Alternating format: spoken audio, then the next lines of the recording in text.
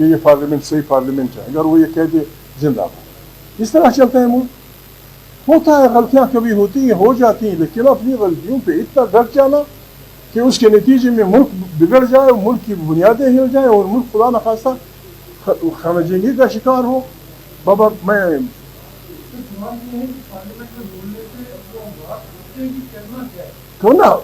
کرنا ہم نہیں، ہم اور آپ نہیں، یہ نہیں کر رہے، یہ آرام سے بیٹھیں۔ میں بھی کرتا ہوں، میں اس لیے کرتا ہوں عزم استحکام، اصل میں معافی چاہتا ہوں میں، آپ لوگوں کے وسائل پہ قبضے کی نیت سے جا رہے ہیں۔ Don't do that. ایک علاقے میں اللہ پاک نے نعمت پیدا کی، جو بھی ہے، سونا ہے، پوٹاشیم ہے، فلانا ہے، ایلومینیم ہے، جو بھی ہے، ایسے ذات ہیں جو سونے سے زیادہ قیمتی ہیں۔ Why do you go and گریب it? سیدھی بات کر دو، پنجاب کا علاقہ، وہاں کچھ ملا ہے، وہاں کے لوگوں کو بلائیں، کچھ شیئر وہ کر دیں۔